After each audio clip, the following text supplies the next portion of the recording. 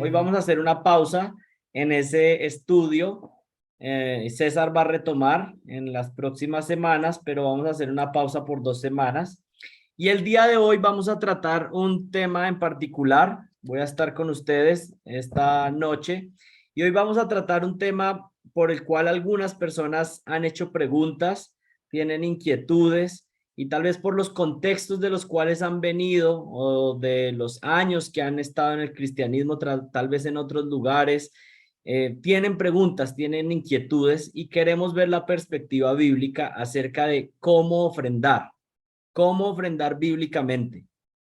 Algunos de ustedes pueden tener diferentes perspectivas, pero como lo hemos visto acerca de cada uno de los temas que hemos tratado en la iglesia, no importa tanto qué piensa cada uno, sino que queremos ver cuál es la perspectiva bíblica. Y sé que algunos de ustedes tienen preguntas porque se han acercado a mí, así que creo que la mejor manera es dar un mensaje completo tratando de resolver algunas inquietudes. Así que les pido que nuevamente me acompañen para que el Señor nos bendiga, especialmente para que me dé claridad y que pues nuestras dudas sean despejadas a través de la palabra de Dios. Así que oremos. Padre, te damos gracias por tu bondad y misericordia. Te damos gracias por la oportunidad de estar estudiando tu palabra y conociendo lo que tú tienes que enseñarnos acerca de cada uno de los temas que hay en nuestra vida, Señor, en nuestra vida cristiana. Y te damos gracias porque nos has dado instrucciones claras. Te pido por favor que en esta noche nos bendigas, que nos guíes, que nos des sabiduría y que seamos conformados a lo que tú quieres, Señor, que seas tú quien nos guíe y que nos des instrucción en esta área tan importante, Señor, que es la manera en cómo manejamos lo que tú nos das, Padre Santo, para glorificarte, para exaltarte y para guardar nuestro corazón del amor al dinero. Guíanos, Señor, y fortalécenos en esta noche. En el nombre de Jesucristo oramos. Amén. Muy bien, entonces, como les decía, el día de hoy vamos a estar contestando la siguiente pregunta. Les animo a que puedan tomar nota porque vamos a estar viendo diferentes versículos para que ustedes luego puedan confirmar y leer con detenimiento en su casa estos versículos. Esa es una invitación que les hago, que puedan ver realmente qué es lo que dice la Escritura. Pero vamos a contestar a la pregunta puntual. ¿Cómo ofrendar bíblicamente? Esa es la pregunta que vamos a contestar en esta noche. Pero antes de entrar en lo profundo de lo que enseña la Biblia acerca de la ofrenda, vamos a hablar de primero la distorsión del evangelio de la prosperidad. Lo primero que vamos a tratar es la distorsión del evangelio de la prosperidad. La iglesia cristiana, como ustedes saben, siempre ha enfrentado el ataque de falsos maestros. Esta es una realidad desde el comienzo de la iglesia. ¿Y quiénes son los falsos maestros? Los falsos maestros son personas que distorsionan la verdad de Dios y guían a las personas que les están escuchando a la condenación, a la destrucción eterna. Y esta es una realidad que no solamente comenzó con la iglesia, sino que aún desde el Antiguo Testamento había falsos profetas, falsos maestros. ¿Y cuál es la tarea de los falsos maestros? Desviar al pueblo para que se vayan en contra de lo que Dios dice y pues por supuesto terminar en destrucción, terminar en condenación. ¿Quiénes son los falsos maestros? Engañadores que buscan su beneficio personal en vez de estar buscando el beneficio de las personas a las que supuestamente están sirviendo. Pero hay una característica fundamental de los falsos maestros. Hay una característica que brilla siempre y que caracteriza a alguien que es un falso maestro. Y esa característica es el amor al dinero. Una forma de identificar a un falso maestro es que tiene un fuerte amor al dinero. Comúnmente, el amor al dinero es una característica que acompaña a los falsos maestros. Y hay varios versículos en la Biblia que hablan de esto. Simplemente se los voy a leer. En 2 de Pedro, capítulo 2, dice lo siguiente: pero se levantaron falsos profetas entre el pueblo, así como también habrá falsos maestros entre vosotros, los cuales encubiertamente introducirán herejías destructoras, negando incluso al Señor que los compró y trayendo sobre sí una destrucción repentina. Muchos seguirán su sensualidad y por causa de ellos el camino de la verdad será blasfemado. Y en su avaricia os explotarán con palabras falsas. El juicio de ellos desde hace mucho tiempo no está ocioso, ni su perdición dormida.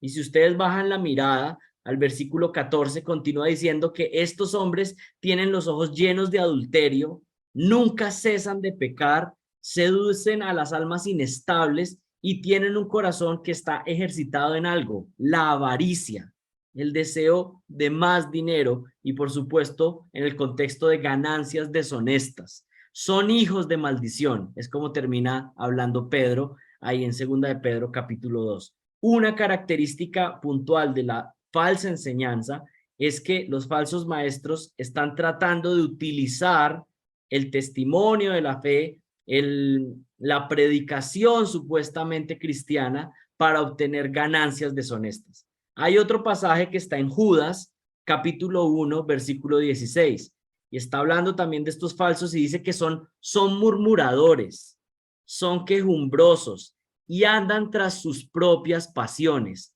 hablan con arrogancia, adulando a la gente para obtener beneficio. Son personas que tratan de adular a la gente, tratan de decir cosas que sean agradables a las personas para obtener beneficio, para obtener un retorno. Y primera de Timoteo capítulo 6. Si alguno enseña una doctrina diferente y no se conforma a las sanas palabras de nuestro Señor Jesucristo y a la doctrina que es conforme a la piedad, está envanecido y nada entiende, sino que tiene un interés morboso en discusiones y contiendas de palabras, de las cuales nacen envidias, pleitos, blasfemias, malas sospechas y constantes rencillas entre hombres de mente depravada que están privados de la verdad y que suponen que la piedad es un medio de ganancia. Es decir, utilizan la apariencia de piedad para su ganancia personal. Así que esta es una característica puntual de los falsos maestros. Y hay un ejemplo que yo creo que es muy importante resaltar, y es el caso de Judas, uno de los 12 discípulos del Señor Jesucristo. Judas estaba mezclado entre los discípulos. Aparentemente era un discípulo verdadero. Es más, siempre me impacta mucho porque cuando el Señor dice que alguien lo va a traicionar, los otros discípulos prefirieron dudar de ellos mismos que de Judas. Por eso preguntaron, ¿seré yo? ¿Por qué pasa esto? En nuestra mente a veces tenemos la idea de Judas y siempre pensamos como, bueno, Judas era pues el traicionero y todos sabían. Como que cuando el Señor dijo alguien me va a traicionar, todos iban a decir, ah, pues ya sabemos, es Judas. Pero eso no es lo que pasó. Todos veían a Judas y pues seguramente prefirieron dudar de sí mismos que de él. Así que Judas tenía una apariencia de piedad, parecía un discípulo verdadero. Entre el grupo de los discípulos parecía uno espiritual como los demás. Pero miren lo que dice Juan 12:4. Dice, y Judas Iscariote, uno de los discípulos, el que le iba a entregar, dijo, ¿por qué no se vendió este perfume por 300 denarios y se dio a los pobres? ¿Recuerdan esa escena de este perfume valioso que se estaba utilizando para el Señor Jesús? Y este hombre lo que dice es como, ay, ¿por qué no utilizamos eso más bien para ayudar a los pobres? Pero mire lo que dice el versículo 6. Pero dijo esto no porque se preocupara por los pobres, sino porque era un ladrón y como tenía la bolsa del dinero, sustraía de lo que se echaba en ella. ¿Qué quiere decir esto? Judas siempre en el ministerio que estuvo haciendo con Jesús, su corazón estaba completamente enamorado del dinero y sacaba de las ofrendas que se recogían para el ministerio del Señor Jesús. Ese fue el corazón de Judas y fue lo que lo acompañó hasta el final, y esa también fue su destrucción. Después terminó vendiendo al Señor Jesucristo por dinero. El amor al dinero siempre ha sido una marca característica de los falsos maestros, de los engañadores.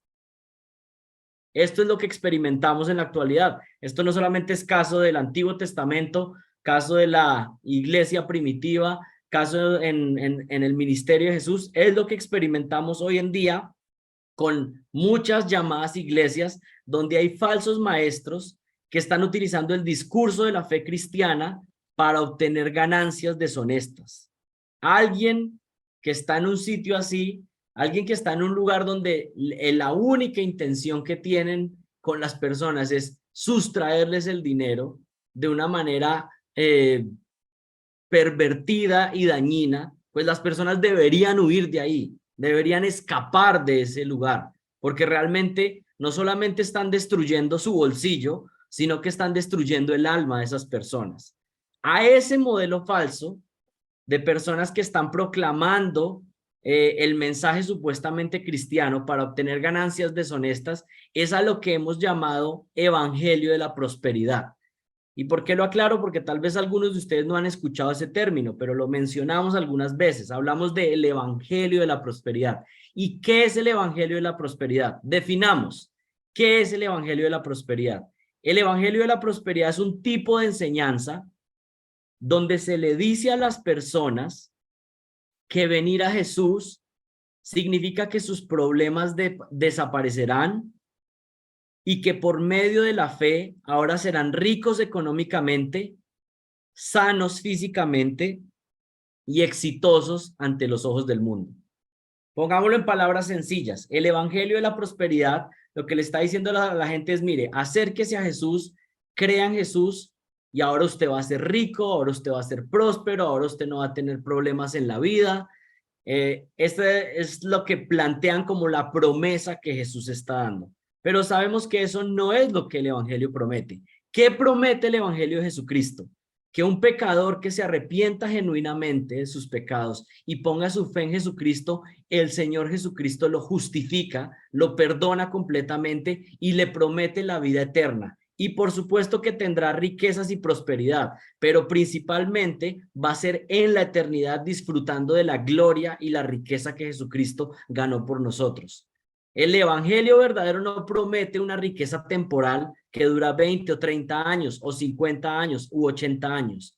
El evangelio verdadero promete riqueza eterna en la gloria con Jesucristo. El evangelio de la prosperidad es simplemente promesas vanas para personas que son codiciosas y que se dejan manipular. ¿Por qué? Por su propia codicia. Están tan hambrientos de riquezas que se dejan manipular y por supuesto terminan no obteniendo nada, pero su codicia los lleva a ser engañados. ¿Qué está mal en el evangelio de la prosperidad? Contestemos esa siguiente pregunta. ¿Qué está mal? ¿O por qué está mal el evangelio de la prosperidad? Pues número uno, está mal porque es un evangelio falso y no salva a nadie. Esa es la primera respuesta. ¿Por qué está mal el evangelio de la prosperidad? Porque es falso y no salva a nadie. Miren lo que dice Gálatas 1:8. Mas si aún nosotros o un ángel del cielo os anunciare otro evangelio diferente del que os hemos anunciado, que sea anatema. Quiere decir esto, que sea maldito. Pablo está diciendo, miren, yo les he anunciado el evangelio verdadero, pero si aún yo llego un día con un mensaje diferente al evangelio, pues que yo sea maldito. Él está diciendo, si aún uno de nosotros que hemos proclamado fielmente el evangelio cambiamos el mensaje, entonces que seamos malditos. O cualquiera aún llega a decir, si un ángel del cielo viniera y proclamara un mensaje diferente al evangelio verdadero, entonces que sea maldito. Entonces, ¿por qué está mal el evangelio de la prosperidad? Porque es falso y no salva a nadie. La segunda razón de por qué está mal el evangelio de la prosperidad, porque no es lo que enseñan las escrituras. Está mal el evangelio de la prosperidad porque esto no es lo que enseña la Biblia. La Biblia, ¿qué enseña? Miren, la Biblia dice que Dios cuida de sus hijos y que Él nos proveerá lo que necesitamos. Esta es una promesa muy hermosa. El Señor en varios pasajes habla de que a sus hijos Él les provee lo que necesitamos, que tendremos comida, que tendremos con qué cubrirnos, que tendremos para las necesidades básicas. Y dice que con eso podemos estar contentos y satisfechos. Es una promesa muy linda, saber que el Señor dice que no nos preocupemos. Y las aves, dice que miremos a las aves y es como diciendo, ¿usted alguna vez ha visto un pajarito por ahí preocupado? ¿Qué va a comer mañana? O haciendo, o angustiado porque no sabe cómo está la economía mundial o si la inflación va a subir. No, usted el pajarito de que sale y obtiene su comida. Y el Señor dice, miren, yo alimento a esos pajaritos. Y ellos están bien confiados en que yo les proveo. Y por eso están bien tranquilos. Ustedes son más valiosos que un pajarito. Y eso trae tanta paz y tanto gozo porque algunas veces estamos ansiosos, angustiados, ¿qué va a pasar mañana? Pero hay una promesa clara, y es que el Dios que ha sido fiel en el pasado para sostenernos es el mismo Dios que tenemos hoy y seguirá siendo fiel.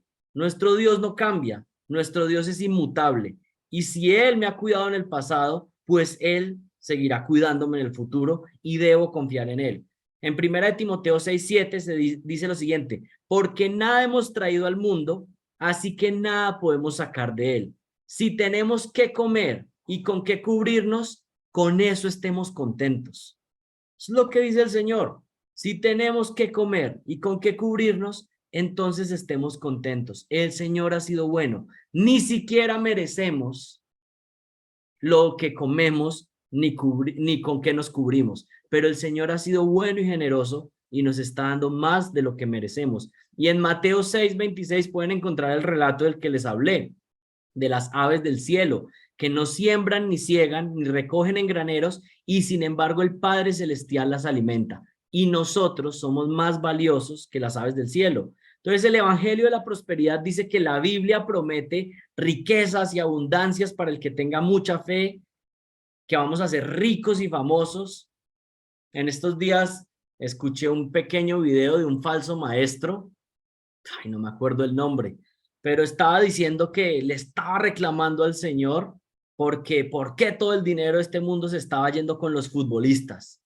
Y era una cantidad, un auditorio entero, gritando y diciendo que le reclamaban a Dios para que la riqueza de los futbolistas se las dieran a ellos. Pues esto es, primero, personas demasiado infantiles, personas demasiado ignorantes y personas completamente desprovistas de discernimiento. Y están ahí siendo engañados y engañando a otros. ¿Por qué más el Evangelio de la Prosperidad es malo, dañino? Miren, este es un punto importante. El Evangelio de la Prosperidad es malo porque es el Evangelio de Satanás. No es el Evangelio de Jesucristo, es el Evangelio de Satanás. ¿Y por qué digo que el Evangelio de la Prosperidad es el Evangelio de Satanás? Porque esas fueron las promesas que utilizó Satanás para tentar a Jesucristo en el desierto. ¿Recuerdan cuando el Señor Jesucristo fue llevado al desierto y Satanás lo tentó? ¿Cómo lo tentó? Lo tentó con las promesas del Evangelio de la Prosperidad. Satanás tentó a Jesús con el Evangelio de la Prosperidad en el desierto.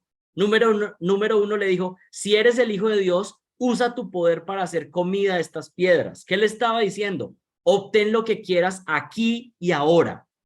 Satanás le está diciendo: decláralo, decrétalo y tendrás pan ya mismo de estas piedras.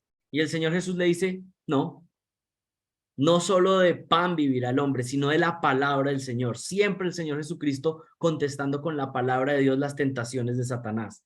Luego, ¿qué le dijo? Salta desde este templo para que los ángeles te rescaten. Es decir, que saltara y que fuera evidente para todos que era una obra tremenda, ¿sí? Todos te van a admirar, todos te van a reconocer. Si tú saltas desde el templo y salen unos ángeles a rescatarte, vas a tener la adoración pública. La gente te va a exaltar. Mira cómo vas a ser reconocido y famoso de manera rápida, sin esfuerzo.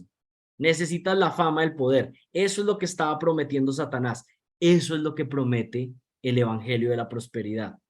Luego él le dice: adora a Satanás y te daré todas las riquezas de este mundo. Es lo mismo, prometiendo la fama, el poder, la riqueza. Eso es lo que promete el Evangelio de Satanás. Eso es lo que promete el Evangelio de la Prosperidad. ¿Por qué más está mal? Porque apela a la codicia de los líderes y a la codicia de los que asisten a este tipo de iglesias. Y esto es muy interesante. Miren, ni usted ni yo necesitamos que se nos alimente más la codicia. Todos ya tenemos suficiente de un deseo insaciable que es natural por querer más y más. Si tenemos una casa, queremos una más grande. Si tenemos un carro, queremos uno más nuevo. Nosotros no necesitamos que se nos anime a codiciar más. ¿Qué necesitan ustedes y qué necesito yo cuando voy a la iglesia? Yo no necesito que se pare un hombre al frente una hora a decirme que yo necesito ser más codicioso y más ambicioso, que necesito desear un carro más grande, más nuevo, que necesito decretar que necesito una mejor casa, que necesito desear más las cosas de este mundo. No, ¿qué necesito? Yo no necesito ayuda para codiciar más. Ya todos tenemos esa codicia dentro. Más bien necesito luchar con eso. ¿Qué necesito yo en la iglesia? Necesito hombres de Dios que me estén guiando a que pueda enfocarme más en las cosas celestiales, en lo eterno, en lo que realmente tiene valor. Yo no necesito ir a una iglesia para que me estén empujando a que codicie más, a que mi carne tome más fuerza, sino todo lo contrario, a contrarrestar mi carne, a meditar en lo celestial y en lo eterno. Pero miren, les digo algo, los únicos malos en el sistema del evangelio de la prosperidad no son los falsos maestros. Por supuesto, hacen un gran mal, pero las personas que están ahí también son culpables. Ellos también son culpables. ¿Por qué? Los falsos maestros existen porque hay falsos cristianos. Los falsos maestros se están aprovechando de la codicia. Ahí lo que tenemos son personas, miles y miles de personas reunidas, codiciosas, hambrientas de más dinero insaciable y queriendo que utilizar a Dios como un medio para saciar su codicia. Y el Señor a esas personas les da un juicio, mandándoles falsos maestros para que les entretengan sus oídos. Estoy convencido que para muchas de esas personas, los falsos maestros que Dios les está mandando para que los engañen más y más. Pero la raíz y la base es su propia codicia. Están ahí y quieren pactar y decir que dan sus ofrendas, pero realmente ni siquiera principalmente para adorar a Dios, sino porque tienen una ambición personal y desean utilizar a Dios y utilizar las ofrendas para tener más y ser ricos. Y por supuesto, al final son defraudados porque los únicos que se terminan enriqueciendo son los falsos maestros. ¿Cuáles son algunas declaraciones falsas de este movimiento? Les voy a enunciar algunas. Declaraciones falsas de este movimiento. No estás rico o no eres rico porque no das lo suficiente. Esa es una declaración. Es que tal vez tú no estás dando lo suficiente y por eso no estás recibiendo de vuelta. No eres rico porque tienes un pecado oculto o tienes falta de fe. Es otra declaración falsa. Pacta con Dios para que Dios te bendiga. ¿Qué es eso? Realmente es algo que hasta blasfemo. La voluntad de Dios es que seas rico, pero pues nos podemos preguntar, ¿conocemos hombres de Dios que no estuvieron en riqueza en todo tiempo? No siempre fue así para el apóstol Pablo, pasó por momentos de dificultad económica, por momentos, así que podríamos decir que uno de los hombres más santos que ha estado sobre la faz de la tierra, pues no fue el más millonario de su época y especialmente después de que llegó a Cristo, así que pues no funciona así. La pobreza es signo de maldición espiritual, esa puede ser otra declaración, o la riqueza es signo de bendición espiritual, no necesariamente. Miren, la prosperidad, la abundancia, no significa necesariamente que estamos haciendo las cosas bien y que Dios está agradado con nosotros. Comúnmente lo asociamos, ¿no? Pero no, a alguna persona el Señor simplemente le puede estar dando rienda suelta a su ambición y pues puede estar en un estado muy peligroso. Ahora quiero pasar el resto de tiempo que tenemos mirando entonces cuál es la perspectiva bíblica acerca de cómo ofrendar para la gloria de Dios. Vamos a pasar el resto de tiempo analizando entonces cuál es la perspectiva bíblica. Ya hemos visto todo lo falso que hay, conocemos mucho de eso. Algunos de ustedes han sido abusados tal vez en esta área, pero también quiero aclarar algo. Hay un error que se comete comúnmente en el cristianismo y es un error que yo lo he llamado, pues no sé si alguien más lo haya llamado también así, pero es el error del péndulo. ¿Saben qué es un péndulo? Es como cuando hay una bolita colgando y es esa bola que va de un lado al otro. Eso es un péndulo, va de un lado al otro. Entonces, ¿cuál es el error del péndulo? Es querer limpiar a la iglesia de un error que está acá y querer limpiar el error o resolver el error llevando el péndulo al otro lado. Entonces, ¿cómo ha sucedido esto en la historia de la iglesia? Les voy a poner un ejemplo. Algunos negaban que Cristo fuera Dios. Entonces algunos llegaron a una defensa tan fuerte de la deidad de Cristo que terminaron negando la completa humanidad. Es más, algunos llegaron a decir que Jesús no tenía un cuerpo real, sino que más bien era un fantasma. Ven, es la idea del péndulo, decir como voy a tratar de corregir un error y voy a llevar entonces la solución hasta el otro lado. Hay otro ejemplo que está muy de moda hoy en día, por ejemplo en círculos reformados. En muchas malas iglesias se presenta mal el amor de Dios y hablan del amor de Dios de una manera equivocada y se les olvida hablar, por ejemplo, de la ira de Dios, o presentan el amor de Dios como simplemente una emoción humana y no como el amor de Dios, que es un amor de gracia. Entonces quieren solucionar ese problema de que las personas están hablando del amor de Dios de manera equivocada y ya sienten que no pueden hablar del amor de Dios. Entonces, si alguien se considera reformado y tiene ese error, entonces piensa, no, no puedo hablar del amor de Dios. Y eso es un error también, porque la Biblia nos dice que nuestro Dios es un Dios de amor. Él mismo es el amor. Entonces, ¿qué estoy queriendo decir? El error del péndulo es querer solucionar un problema doctrinal con otro error doctrinal. ¿Y qué es lo que ha pasado en esta área, lo que estamos hablando en este día? Ya que hay abusos de las iglesias que quieren robar a las personas, entonces algunos han ido al otro péndulo, al otro lado del péndulo, diciendo que no se puede hablar de la responsabilidad que tiene el creyente de ofrendar. Y eso, por supuesto, es un error porque la Biblia sí nos da instrucciones. Este es un error peligroso.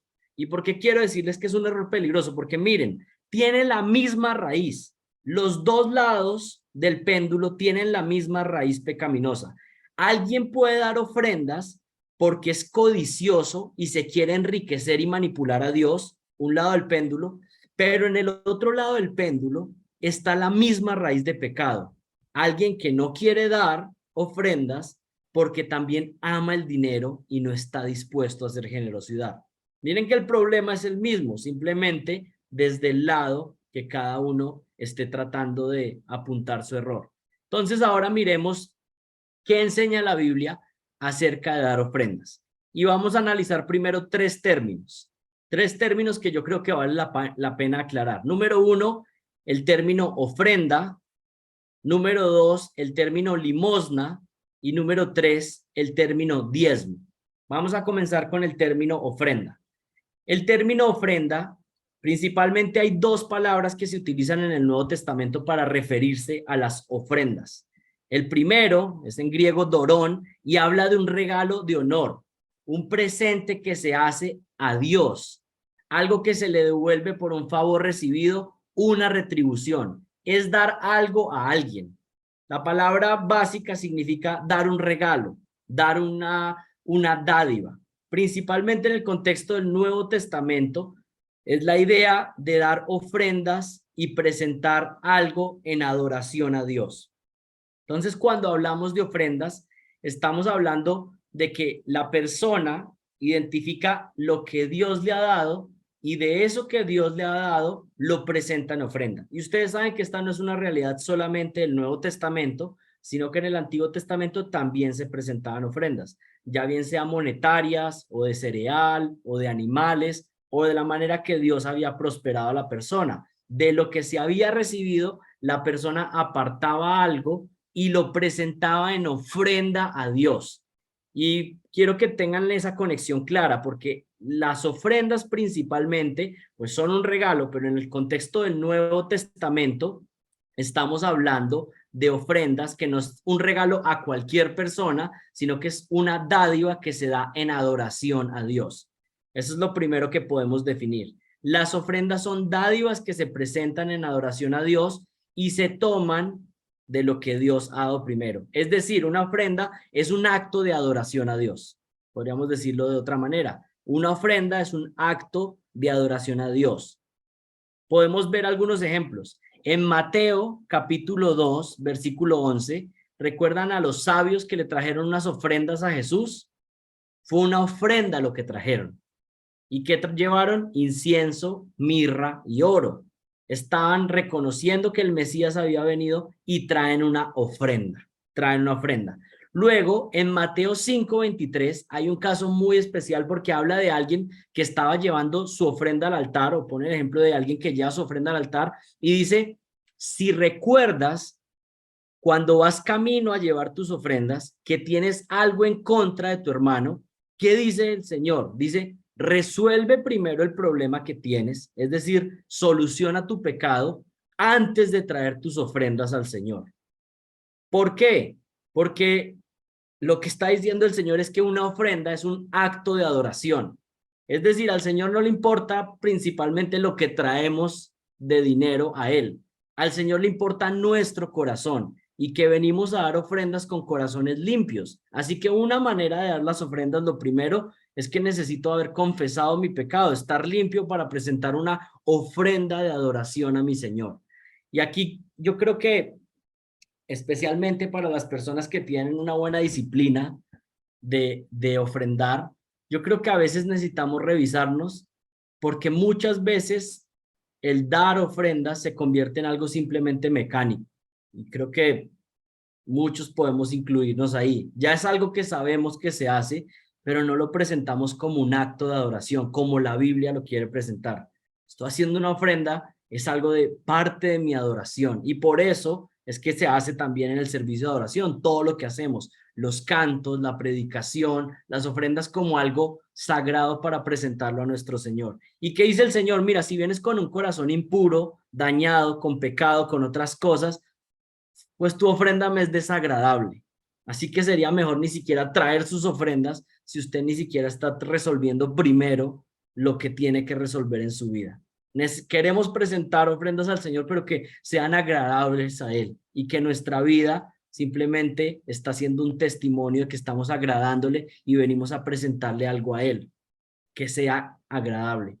Casi todas las veces que se utiliza este término en el Nuevo Testamento se refiere a alguien que presenta una ofrenda a Dios mismo. ¿Qué quiere decir esto? Que se traía al altar y tenía la connotación de adoración a Dios. Hay un segundo término que se utiliza en 1 Corintios 16:1 y es el término logía, y ese término habla de colecta, de una colecta. ¿Y por qué se habla del término colecta? Pues si ustedes miran ahí en 1 Corintios 16, versículo 1, dice, ahora bien, en cuanto a la ofrenda, y también podríamos traducir esa palabra en cuanto a la colecta, haciendo referencia a que la reunión de la iglesia se hacía una colecta, dice, en cuanto a la ofrenda para los santos, haced vosotros también como instruía a las iglesias de Galacia. Es decir, Pablo está diciendo, esta instrucción es la instrucción apostólica que se ha dado ya a las otras iglesias, que el primer día de la semana, ¿y cuál es el primer día de la semana? El domingo es el primer día de la semana, que es cuando se ha reunido la iglesia históricamente. Los domingos se ha reunido la iglesia a lo largo de la historia. Dice que el día domingo, cada uno de vosotros aparte y guarde según haya prosperado. Luego dice que para que cuando él vaya no se recojan entonces ofrendas. Lo que está diciendo Pablo es que él iba a recoger una ofrenda que iba a llevar a otras iglesias para ayudar a otros santos en otro lugar. Y lo que está diciendo, el patrón que tienen que tener es que el domingo, cuando se reúna la iglesia, cada uno aparte y guarde según haya prosperado y se recojan ofrendas de manera consecutiva en los servicios de adoración. Este término se refiere a ofrendas que eran reunidas en el servicio del domingo, el primer día de la semana. Entonces, ¿qué podemos enfatizar acerca de las ofrendas? Pensando en estos dos términos. Las ofrendas son un dinero que el creyente aparte intencionalmente de todo lo que Dios le ha prosperado y lo presenta como un acto de adoración. Esa podría ser una definición. ¿Qué son las ofrendas? Son un dinero que el creyente aparte intencionalmente de todo lo que Dios le ha prosperado y lo presenta como un acto de adoración al Señor. Cuando ofrendo a Dios, ¿qué le estoy diciendo a Dios? Miren esta forma de ver las ofrendas. Le estoy diciendo a Dios, mira, yo creo que tú me diste todo lo que tengo, lo que estoy recibiendo viene de tu mano y yo quiero agradecerte, Señor. Yo reconozco que de lo que tú me has dado, yo todo lo que tú me has dado, tú me lo has dado. Cuando ofrendamos le estamos diciendo al Señor eso. Yo reconozco que mi provisión viene de tu mano. Eso sería lo primero. Lo segundo que decimos es, creo que tú eres quien me sostiene. Creo que mi dinero no es lo más importante, así que presento con gozo esta ofrenda a ti. ¿Qué más? Creo que la expansión del evangelio es la tarea más importante sobre la tierra, así que yo apoyo a mi iglesia local de esta manera. Y aquí con esto ser claro en algo. El dinero, pues es una manera de apoyar la expansión del evangelio, pero no es la única. Yo puedo, todo lo que yo tengo tiene que estar dispuesto para la expansión del evangelio si yo digo ser un cristiano verdadero. ¿Qué quiere decir eso? Mi casa debe estar abierta para que el evangelio se proclame. Mi carro, mi moto, todo lo que yo soy, mi familia, mi vida entera, quiere ser presentada delante del Señor para, mira, Señor, los años de vida que tú me des, todo lo que yo tenga, sea para que más almas conozcan de Jesucristo. Esa es la perspectiva de un cristiano que ha sido salvado y que ha nacido de nuevo. Sabe que lo más importante es el rescate de las almas, así que va a poner todo a la disposición del reino. Si tiene un carro, va a recoger misioneros cuando lleguen misioneros. Va a recoger hermanos para que puedan llegar a la iglesia y escuchar la palabra. Si tiene una casa, va a invitar a personas para que escuchen el evangelio ahí en esa casa, para invitarlos a tomarse un café, un vaso de agua, si es lo único que tiene, para que proclame el evangelio en esa casa que el Señor le concedió comprar o arrendar. Toda mi vida para la gloria del Dios y para la expansión del evangelio. Y por supuesto, pues lo que pueda en mi capacidad, y vamos a ver más adelante cómo ofrendar, pero lo que yo pueda para el apoyo de la expansión del evangelio.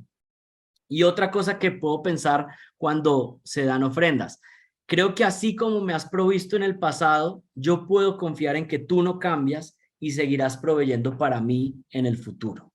Ahora el siguiente término, limosna, limosna.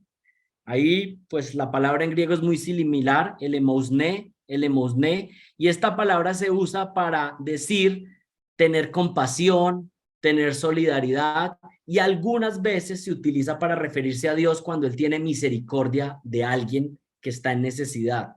Y por supuesto, pues siempre que el Señor muestra favor a cualquier ser creado, está mostrando misericordia porque todos estamos en necesidad.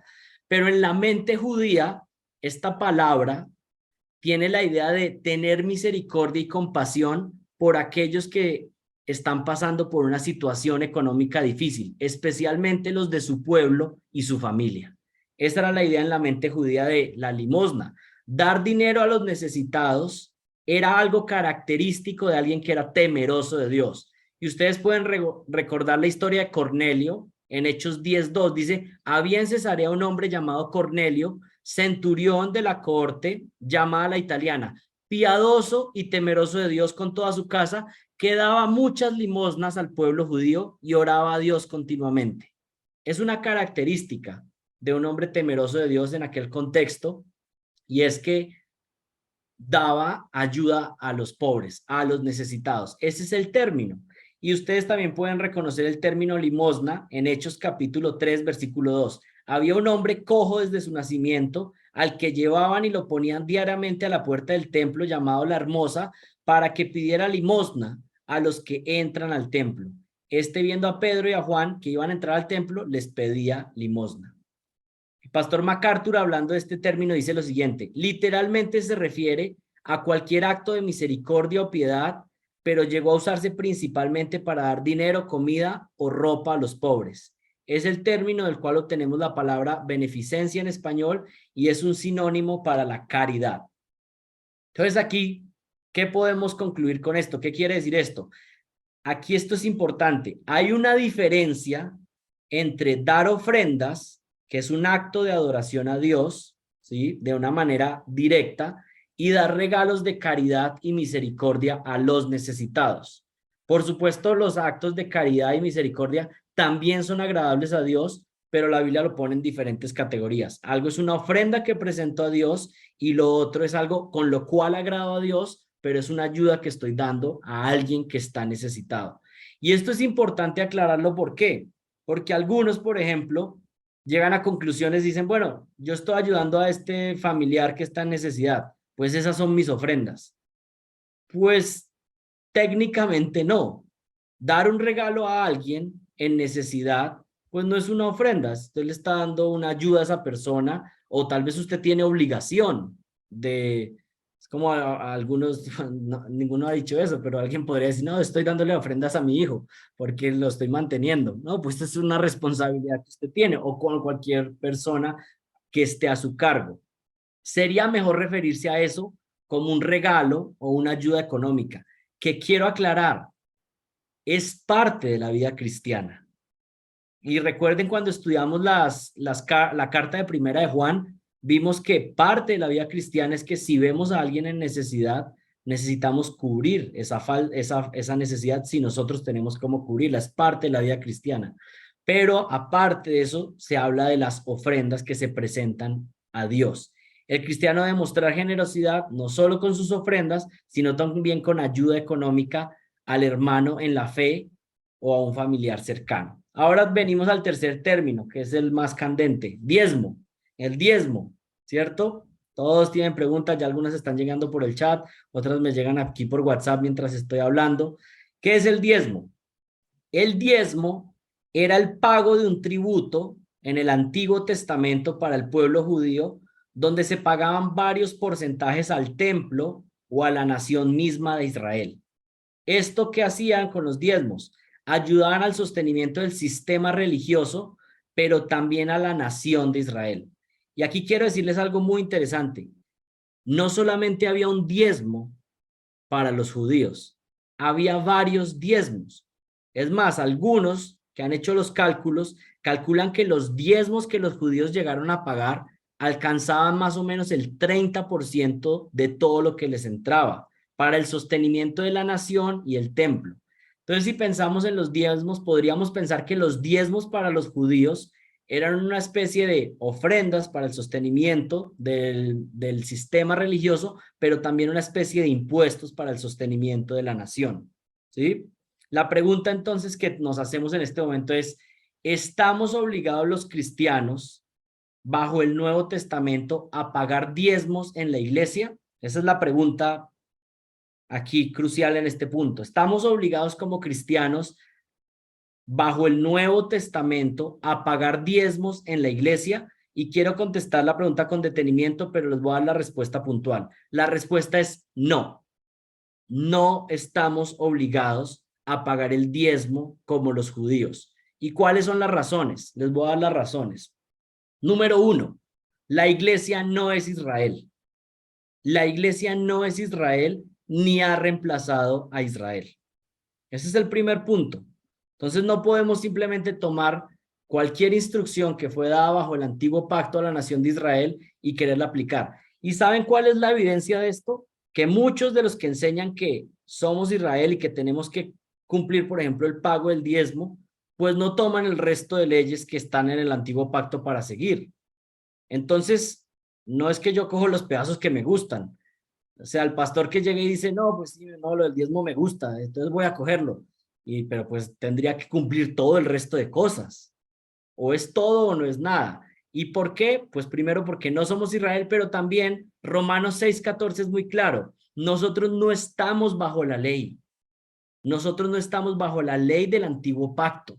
Nosotros estamos bajo la ley de Cristo y las instrucciones que nos rigen son las que están fundamentadas en el Nuevo Testamento y por supuesto muchas que también ya estaban desde el Antiguo Testamento son refrendadas en el Nuevo Testamento. En el Nuevo Testamento, en la era de la iglesia, no se habla de diezmos. Ustedes no van a encontrar en las cartas de Pablo, en las cartas de Pedro, en las epístolas pastorales, la idea del pago de diezmos, sino de ofrendas voluntarias. Y algunos me dicen, pero Jesús sí habló de diezmos. Sí habló de diezmos. ¿Por qué? Porque Jesús aún está bajo el antiguo pacto. El nuevo pacto, el inicio de la iglesia, se establece, se inaugura en Hechos capítulo 2. Y ahí comienza una nueva, pues, instrucción para la iglesia. Así que ya hemos aclarado que no estamos obligados a dar el 10%, pero quiero decirles algo. El hecho de que no estemos obligados a dar el 10% no significa que no debamos dar el 10%. Y entonces algunos están como, bueno, me confundí, necesito más aclaración. El hecho de que no estemos obligados a dar el 10% no significa que no debamos dar el 10%. Voy a aclararles. ¿Qué quiere decir con esto? Algunas personas usan esta libertad para pecar. Como yo no tengo que dar el 10% por la ley y como hay tanta gente abusando, entonces pienso que mi aporte al avance del evangelio debe ser algo sin mayor esfuerzo o deficiente.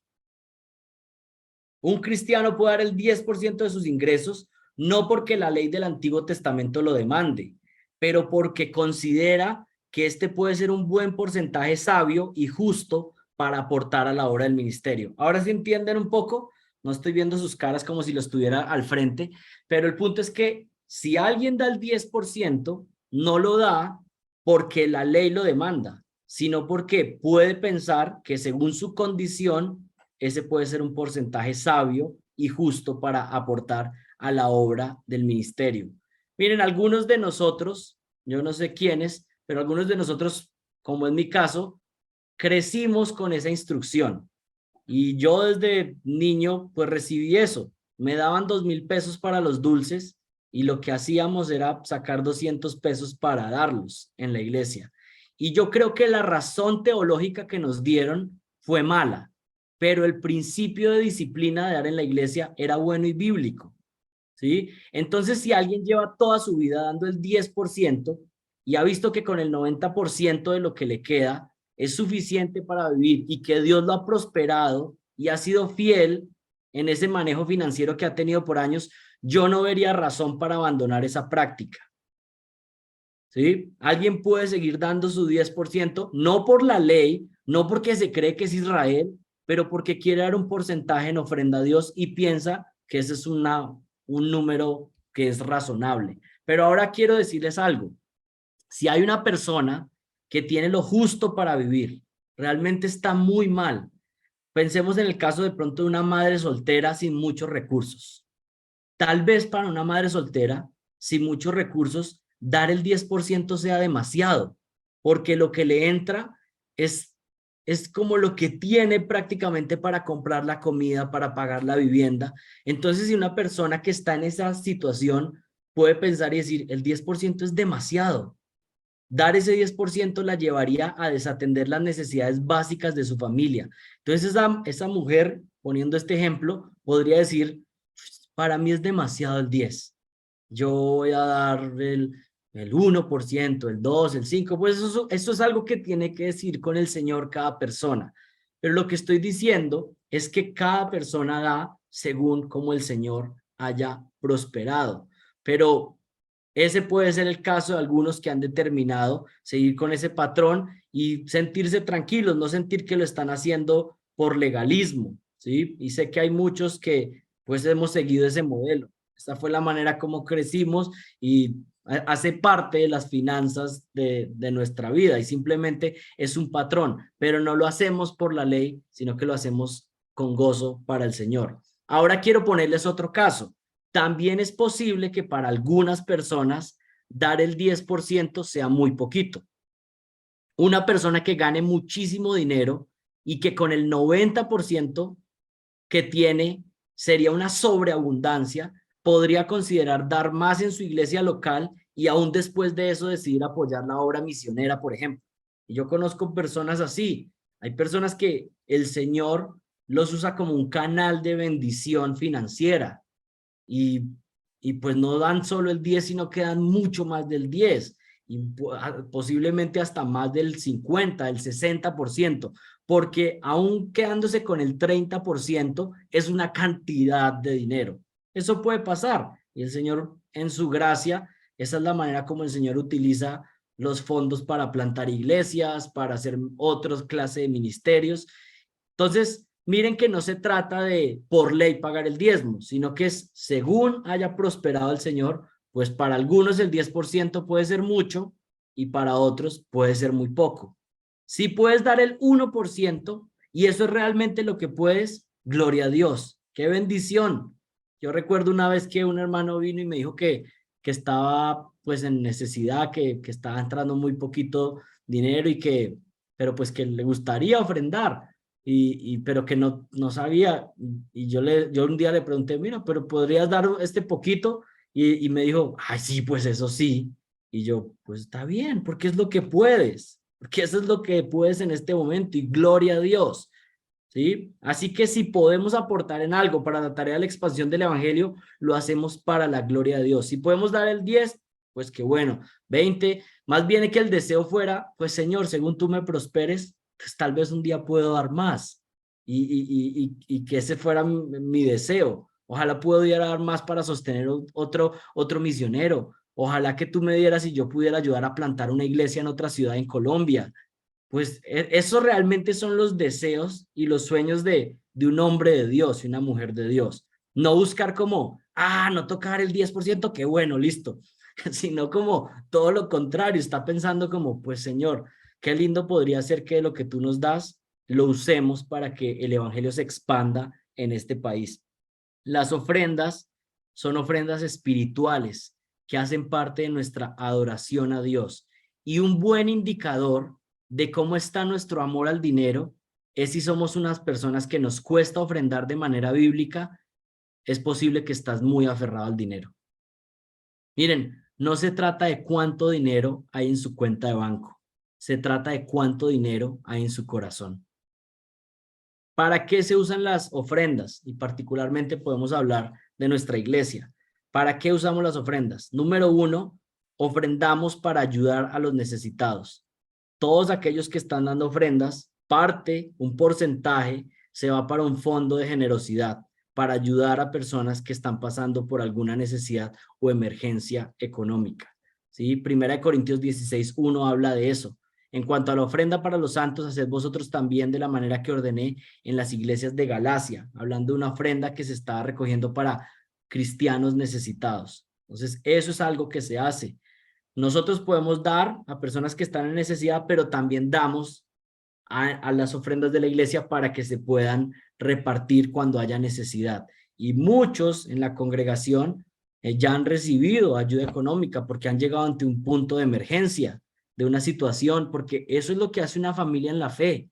Si alguno es una persona que es un asistente recurrente, que hace parte realmente de la iglesia, que está en su camino de membresía y llega una emergencia como le puede pasar a cualquiera y no tiene, pues nosotros como la iglesia, como la familia en la fe tenemos que salir al rescate. O sea, eso es lo que nos demanda la escritura. Eso es lo que hace una iglesia bíblica. ¿Sí? Entonces, primero, pues para cuidar a los santos, a los que están necesitados. Y en segundo lugar, ofrendamos para sostener misioneros, para sostener pastores, para promover el ministerio de la iglesia. Ofrendamos para que la iglesia pueda continuar su labor de ministerio, es decir, pagar arriendos de salones, proyectos de construcción, esfuerzos evangelísticos, herramientas de ministerio, actividades en la iglesia, el ministerio de niños, plantación de nuevas iglesias. Entonces, yo creo que si uno ha estado dando su dinero a un sitio donde no están proclamando el evangelio, pues claro, qué dolor, qué tristeza, y uno decir, bueno, pues qué lindo hubiera sido poder dar para la obra realmente y para que almas sean salvas. Pero necesitamos hacer parte de esto y de lo que el Señor está haciendo. Y una de las maneras, no es la única, y también es triste eso, hay gente que lo único que puede dar es dinero, pues eso es lo más fácil, realmente. Lo más lindo es dar mi vida entera al servicio de los hermanos, a la iglesia, a cuidar, a ayudar. Así que, pues, realmente tengo mucho más por decir y voy a decirlo rápido. Bueno, eh, algunos principios para ofrendar bíblicamente. Y esta es una manera en cómo ustedes pueden evaluarse en cómo lo están haciendo y hacer un escudriñarse realmente y orar y pedirle al Señor que les guíe en lo que el Señor quiera, porque es para el Señor. Entonces, si somos cristianos, debemos ofrendar, y yo les animo a que lean con atención 2 Corintios capítulo 8 y capítulo 9. Ahí van a encontrar una exposición extensa acerca de las ofrendas. en el Nuevo Testamento. Segunda de Corintios 8 y 9. Dios es el dueño de todo y por lo tanto debemos saber que si Dios nos ha dado cada recurso que poseemos, entonces somos mayordomos y debemos administrar el dinero con sabiduría. Hay algo muy interesante. Si usted ha decidido, por ejemplo, dar el 10% en sus ofrendas, el 90%, pues no es que ese no es de Dios. El 90% también usted tiene que orar al Señor y decirle qué vamos a hacer con ese 90%. No es que, bueno, yo ya di mis ofrendas, este 90% yo puedo hacer lo que me provoque. No, tengo que glorificar al Señor con ese 90% y eso incluye pagar mis cuentas a tiempo, pagar mis deudas, ayudar a las personas que tienen necesidad.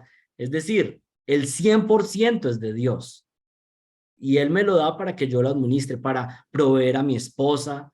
¿Sí? Por ejemplo, algunas personas son hombres a veces hasta tacaños con su propia esposa, ¿sí?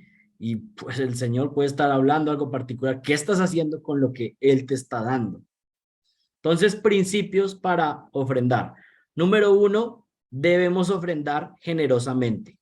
Segunda de Corintios 9:6. Segunda de Corintios 9:6 dice, pero esto digo, el que siembra escasamente también segará escasamente. Y el que siembra generosamente, generosamente segará. Aquí ya vimos que no hay un porcentaje exacto que la Biblia nos mande, sin embargo, la Biblia nos está diciendo a que no podemos tener una actitud mezquina con el Señor, sino más bien dar con generosidad. Es de lo que está hablando ahí en 2 Corintios capítulo 9, versículo 6. Entonces, cada uno puede analizarse y decir, bueno, lo que estoy dando, lo que planeo dar, es una ofrenda generosa. Pues ese es el punto ahí. Dios recompensa abundantemente a aquel que da generosamente. Aquí hay que tener cuidado, porque el Señor determinará cómo bendecirá y cómo recompensará. Es Él quien decide y no podemos venir a dar por codicia, como se utiliza en el Evangelio de la Prosperidad. Damos porque queremos dar con generosidad y el Señor retribuirá. Y pues por supuesto el Señor paga bien y como Él lo determine. Número 2, debemos ofrendar alegremente. Segunda de Corintios 9:7 dice lo siguiente, cada uno dé como propuso en su corazón, no con tristeza ni por necesidad, porque Dios ama al dador alegre. Segundo punto es que debemos ofrendar con alegría. No es que usted va ahí con ese dolor a entregar la ofrenda, sino realmente con gozo, con alegría, pues está contento porque quiere apoyar el ministerio de su iglesia, porque está recibiendo bendición del Señor con la instrucción de su palabra. Y usted dice, pues esto es lo que quiero apoyar a la obra del Señor, con gozo, con alegría. Ofrendar no debe hacerse con una actitud de pesar o dolor, sino con alegría, sabiendo que nuestra ofrenda promueve la obra de Dios. Pero miren que hay algo interesante también ahí en 2 Corintios 9:7. Dice, de cada uno como propuso en su corazón. ¿Qué quiere decir esto? Que las ofrendas son algo que tiene que tener un propósito y un plan predeterminado. ¿Qué quiere decir? Que no es que el domingo, cuando llegan las ofrendas, es como, uy, ¿qué pasó ahí? ¿Qué hay ahí? Mija, pase ahí algo que tenga. Sino que está hablando de que es algo que hay un propósito, es decir, algo que la persona ha pensado, ha meditado. Esto es lo que vamos a traer como ofrenda. Y aquí una recomendación, y estoy aquí ayudando a los sugieres. Por favor, no es el momento de las ofrendas para pedir que le cambien billete, que le hagan ahí el trance. O sea, si usted no llevó su ofrenda preparada, mejor no la dé, porque ese no es momento, es un momento de adoración, como para que alguien, mire que tengo uno de 50 y que me cambie. Y a mí me parece sumamente extraño, pero sucede. Y de pronto es porque alguien nunca ha recibido instrucción, pero pues es venir pensando que usted trae su ofrenda para el Señor. No vamos a estar cambiando más billetes. Yo ya leí la instrucción a los sugieres que si eso sucede, pues simplemente vamos a que la persona no dé nada, pues la próxima semana si quiere dar, pero no vamos a estar cambiando billetes en mitad del servicio, ¿sí? Entonces es algo con propósito. Número 3, debemos ofrendar por fe. Segunda de Corintios 9, del 10 al 14. Y se los voy a leer. 9 del 10 al 14. Dice, Y el que suministra semilla al sembrador y pan para su alimento suplirá y multiplicará vuestra sementera y aumentará la siega de vuestra justicia. Seréis enriquecidos en todo para toda liberalidad, la cual por medio de nosotros produce acción de gracias a Dios, porque la administración de este servicio no solo suple la plenitud de lo que falta a los santos, sino que también sobreabunda a través de muchas acciones de gracias. Por la prueba dada por esta administración, glorifican a Dios por vuestra obediencia a vuestra confesión. Les animo a que lo lean luego con detenimiento, pero el punto del versículo 10 al 15, ahí en 2 Corintios 9, es que lo que está diciendo Pablo es algo muy interesante y muy lindo. Está diciendo, miren, cuando ustedes dan ofrendas, hay personas que las van a recibir. Hay personas que están en necesidad y van a recibir esa ofrenda. Y esas personas van a decirle, gracias, Señor. Y ese pasaje me impacta tanto porque la manera de razonar de Pablo es hermosa, porque Pablo lo que dice es, hagamos todo lo que sea para que llegue gloria a Jesucristo.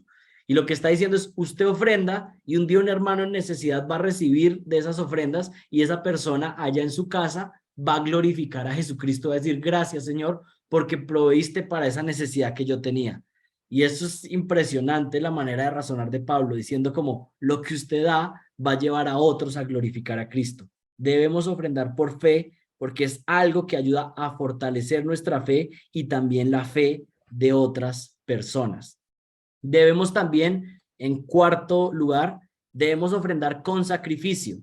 En 2 Corintios 8, del 1 al 6, se dice que la iglesia de Macedonia era una iglesia pobre y de su profunda pobreza daban más allá de sus posibilidades. Y Pablo elogia eso. Eso aparece en 2 Corintios 8, del 1 al 6. Que está diciendo ahí que personas que podían dar con sacrificio, es decir, no daban lo que era cualquier cosa que se les ocurría en el momento, sino realmente estaban gozosos en poder ayudar a otras personas en otra ciudad que tenían necesidad. Así que cada uno puede analizar y decir, pues mi ofrenda es algo sacrificial, y pues algunos dirán, no, pues ni sacrificial ni nada, porque no tengo realmente, no participo de la adoración en el momento de las ofrendas, porque no tengo participación en eso, no es algo que he visto como algo de adoración, y pues es lindo porque esto permite darnos claridad de que es importante. Número 5, debemos ofrendar por amor, y les estoy dando los versículos para que puedan luego leerlos con atención. 2 Corintios 8, 8, ofrendar por amor. La verdadera prueba del amor no son los sentimientos ni las palabras, sino las acciones. El acto voluntario, generoso y sacrificial de dar prueba nuestro amor el uno por el otro, el amor por la iglesia local y el amor por el Señor. Siguiente punto, el 6, debemos ofrendar secretamente. Ofrendar secretamente. En Mateo 6:1 se está hablando de dar a los pobres, pero lo que dice es que usted no haga fiesta ni haga algo demasiado llamativo cuando usted dé a los pobres, es decir, pero yo creo que esto se aplica también a las ofrendas. Y esto por eso también es la instrucción que acabo de dar hace unos minutos. No, el tiempo de las ofrendas es un tiempo de oración, es algo muy personal, muy privado. Usted esté ahí concentrado en oración, en su ofrenda y en dar gracias al Señor porque el Señor le está proveyendo y que usted pueda dar para la obra, no esté pendiente de si el otro, no. Tratamos de hacerlo lo más, que cada uno es un momento de adoración. Algunos dan sus ofrendas por internet, digamos, entonces pues no van a dar ahí, entonces usted no está pendiente si el otro dio o no dio, eso a nadie le importa, ¿sí? A nadie cada uno tratando de hacerlo secretamente. Por supuesto, si usted está levantando la mano, mire, por favor, denme un sobre, pues eso no ha pasado, pero si usted está así como llamando mucho la atención, pues no es muy secreto. Entonces, tratando de hacer las cosas de una manera que no es para llamar la atención. Y también no damos ofrendas para ser estimados en la iglesia, para buscar una posición. Ah, pues es que entonces si doy, entonces me van a admirar más. Pues no hacemos eso, lo hacemos para agradar al Señor. No damos por orgullo ni para ser notados por los hombres. Y el siguiente punto es ofrendar regularmente.